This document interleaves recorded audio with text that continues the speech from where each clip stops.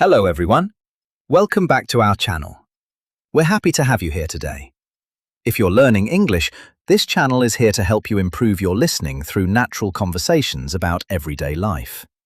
We talk about school, family, friendship, work, and many other situations that you may experience in real life. So, take a moment to relax, listen carefully, and enjoy today's conversation with us. I'm Doran. And I'm Luna. Hi, everyone. Today's story is about a student who is very quiet. He rarely spoke in class, he almost never answered questions, and he usually sat alone during breaks. But there was something about him that most people didn't understand. Exactly. The story is called A Quiet Student, and I think it's a story that many people can relate to. Really? Why do you think so? Because sometimes the quietest person in the room isn't the person who has nothing to say. Sometimes they simply don't know how to say what they're thinking. That's true. And sometimes people become quiet because they're afraid of making a mistake. Exactly. That's what happened to a student named Daniel. Who was Daniel? What was he like? Daniel was 16 years old, and he was a student at a small high school. He was polite, hardworking, and very good at listening, but he was extremely quiet. When the teacher asked a question, Daniel usually knew the answer. However, he rarely raised his hand. Wait a minute. So he actually knew the answers? Yes, that was the interesting part. His classmates often thought Daniel didn't understand the lessons because he didn't speak much. But the truth was completely different. He understood most of the lessons, and he often wrote excellent answers in his notebook. Then why didn't he speak? There were several reasons. Daniel was shy, and he was afraid that his classmates would laugh if he made a mistake. He also worried about speaking in front of the whole class because he didn't feel confident about his English pronunciation. I see. So even when you knew the answer, he was thinking about what might happen if you said it out loud. Exactly. For example, one morning the English teacher wrote a question on the board. She looked at the class and asked, "What do you think is the most important quality of a good friend?" That's actually a good question. It was. Several students raised their hands. One said, kindness. Another said, honesty. Someone else said, trust. Daniel had an answer too. In fact, he had a very thoughtful answer. What did he want to say? He wanted to say, "I think a good friend is someone who listens when you have a problem, even when they don't know how to solve it." That's a wonderful answer. I thought so too, but Daniel didn't raise his hand. He looked down at his notebook and stayed quiet. Because he was afraid? Yes. He imagined himself standing in front of the class. He imagined forgetting a word. He imagined someone laughing. He imagined making a mistake and feeling embarrassed. So, instead of speaking, he kept his answer to himself. That's sad. Because the answer wasn't wrong. He was simply too afraid to share it. Exactly. And this happened again and again. During group discussions, Daniel listened carefully but rarely spoke. When his classmates asked for his opinion, he usually said, "I don't know," even when he actually had an opinion. That must have been frustrating for him. It was. At home, Daniel was completely different. He talked to his parents about school, he joked with his younger brother, and he could speak for 20 minutes about his favorite football team. But as soon as he entered the classroom, he became quiet again. That's interesting. So he wasn't naturally silent. He simply didn't feel comfortable speaking at school. Exactly. And I think that's an important difference. Sometimes we describe someone as a quiet person without asking why they're quiet. You're right. Maybe they are shy. Maybe they're nervous. Maybe they don't feel accepted. Or maybe they're afraid of making mistakes. Exactly. And Daniel had another problem. He didn't ask anyone for help. Why not? Because he thought asking for help would make him look weak. He believed that everyone else was more confident than he was, so he tried to deal with his problem alone. That's a dangerous way of thinking. It can be. When you keep a problem to yourself, it often becomes bigger in your mind. Daniel's fear was growing because he never talked about it. Did anyone notice? One person did. Her name was Emma. She was one of Daniel's classmates, and she sat at the desk next to him. Emma wasn't the loudest student in the class, but she was friendly and observant. She noticed that Daniel always looked nervous whenever the teacher asked him to speak. So what did she do? One afternoon, after class had ended, Emma waited until most of the students had left. Then she looked at Daniel and asked, "Hey, Daniel, are you okay?" And what did Daniel say? He looked surprised. Then he said, "Yeah, I'm fine." That sounds like someone who doesn't really want to talk. Exactly. Emma didn't push him. She simply smiled and said, "Okay, but if something is bothering you, you can tell me." Then she picked up her bag and started walking toward the door. That's a very simple way to help someone. She didn't force him to talk. She just let him know that she was there. Exactly. And just before Emma left the classroom, Daniel finally said something. What did he say? "Emma, can I ask you something?" Of course. And for the first time, Daniel was about to tell someone what was really happening. I think this is the moment when everything starts to change. It is. Because Daniel was finally ready to ask for help. And sometimes, asking one simple question can be the first step toward becoming more confident. So, Daniel finally decided to talk to Emma. What did he ask her? Daniel took a breath and said, "Do you think I'm bad at English?" Oh, that's a difficult question. Emma looked at him and smiled. Then she said, "No, I don't." "Why would you think that?" I like her answer. She didn't immediately tell him what to do. She first wanted to understand why he felt that way. Exactly. Daniel looked down at his notebook and said, "I understand most of the lessons, but when the teacher asks me to speak, I get nervous." He paused for a moment. Then he continued, "I know what I want to say, but I can't find the right words." That must have been frustrating. It was. Daniel told Emma that he had been practicing English at home, but he almost never practiced speaking. He could read quite well, and he could write simple sentences, but he became nervous whenever he had to speak in front of other people. So, the problem wasn't really his English. It was his confidence. Exactly. Emma thought about it for a few seconds. Then she said, "Maybe you don't need to speak in front of the whole class yet." What did she suggest? She said, "Let's practice together first. You can speak to me, and I won't laugh if you make a mistake." That's a great idea. Daniel smiled a little. Then he asked, "But what if I make a lot of mistakes?" Emma laughed softly and said, "Then we'll have a lot of things to learn." I love that answer. Me too. It makes mistakes sound normal instead of embarrassing. Exactly. So they started with something very simple. Emma asked Daniel a question. "What did you do last weekend?"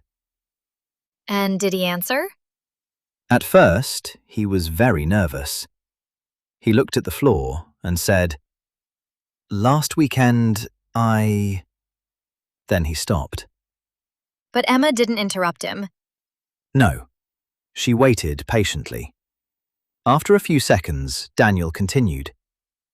"Last weekend, I visited my uncle because he lives near my house." That's a complete sentence. Exactly. Then Emma said, "Good. Now tell me one more thing." What did he say?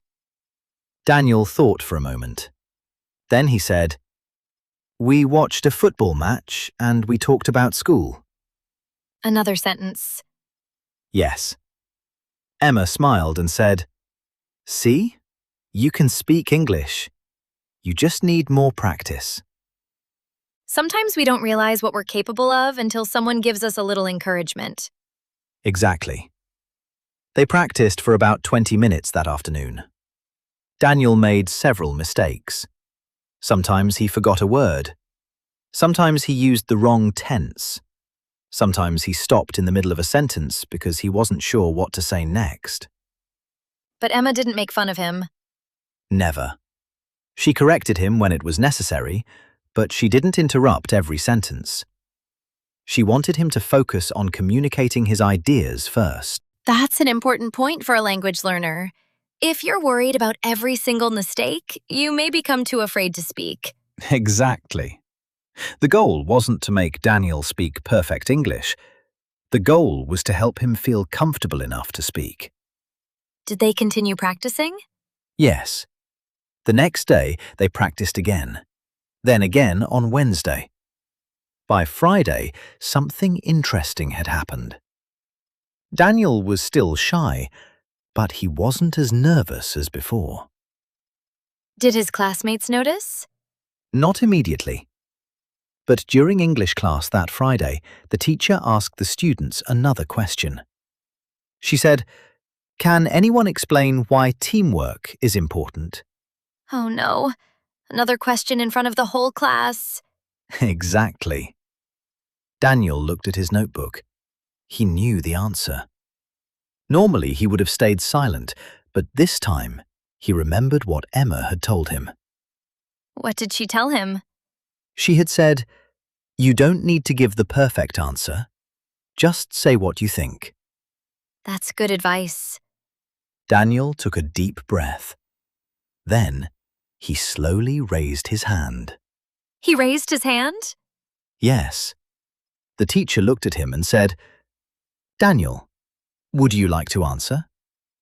And what happened? Daniel stood up. His hands were a little nervous. His voice was quiet, but he started speaking.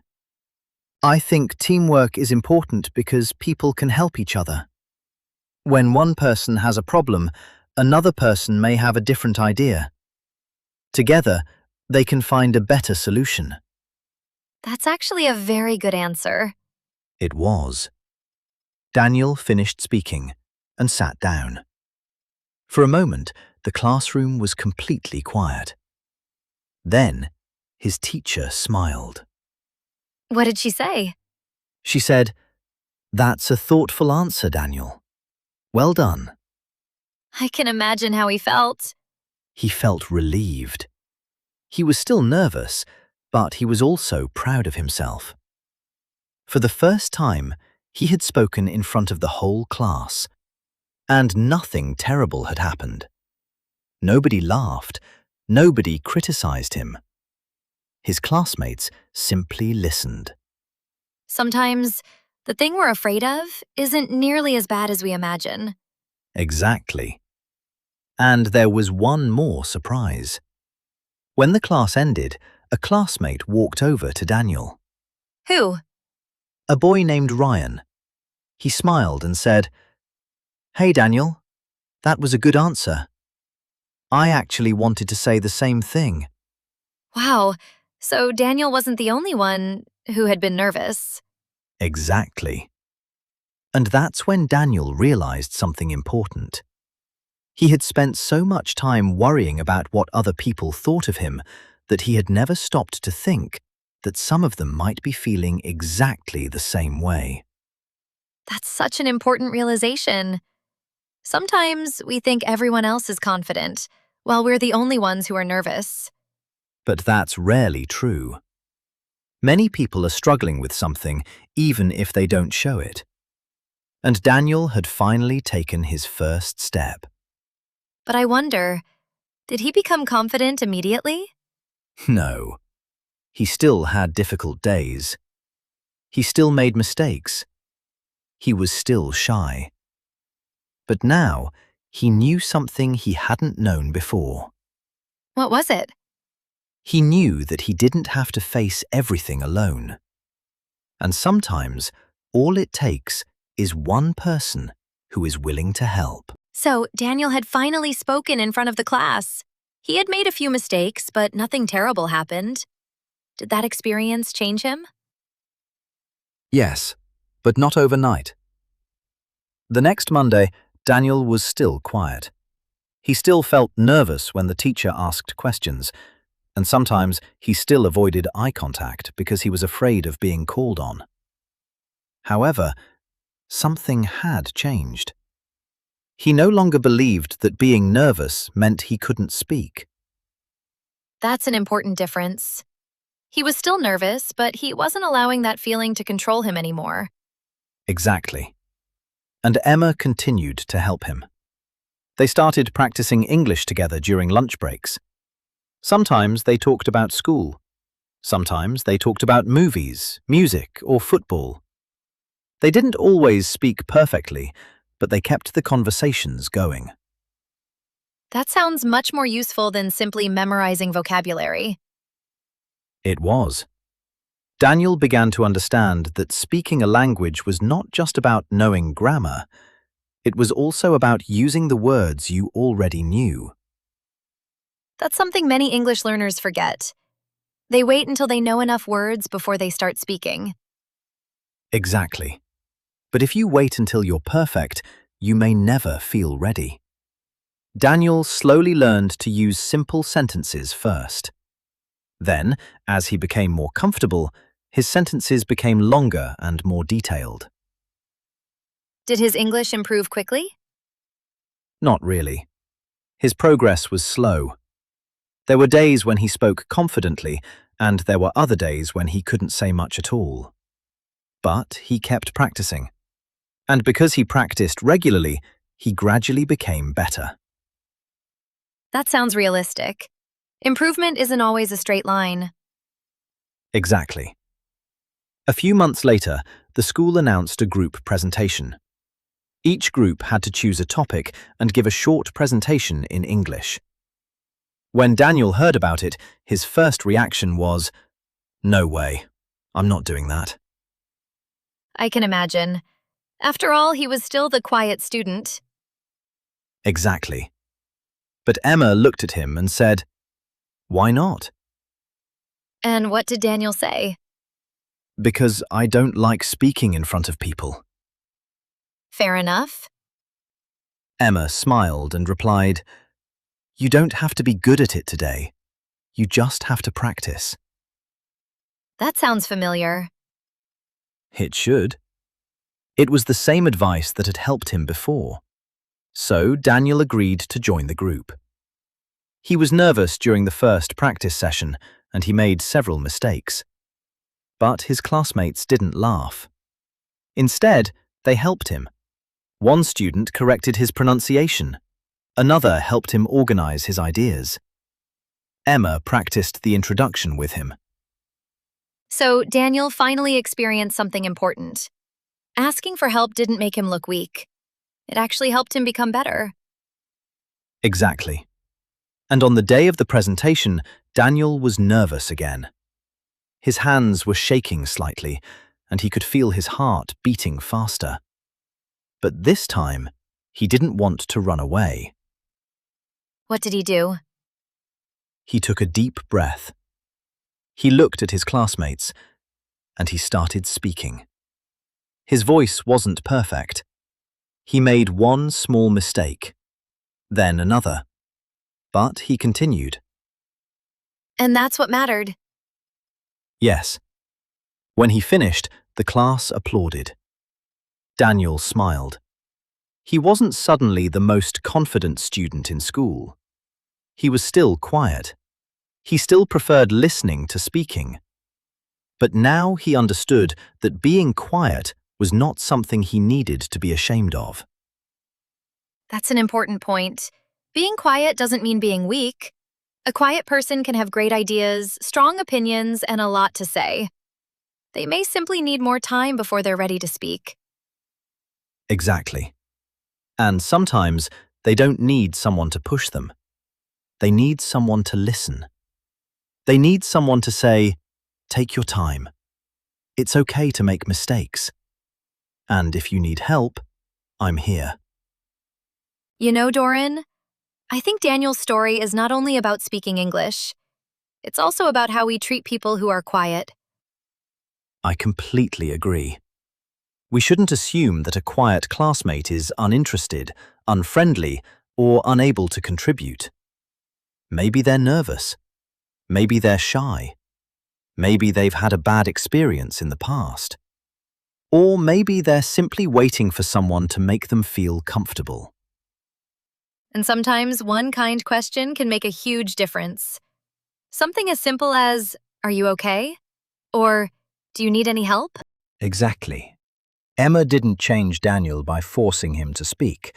She helped him because she listened to him, encouraged him, and gave him a safe place to practice. And Daniel also had to take that first step. He had to admit, "I need help." That can be difficult, but it can also be the beginning of something better.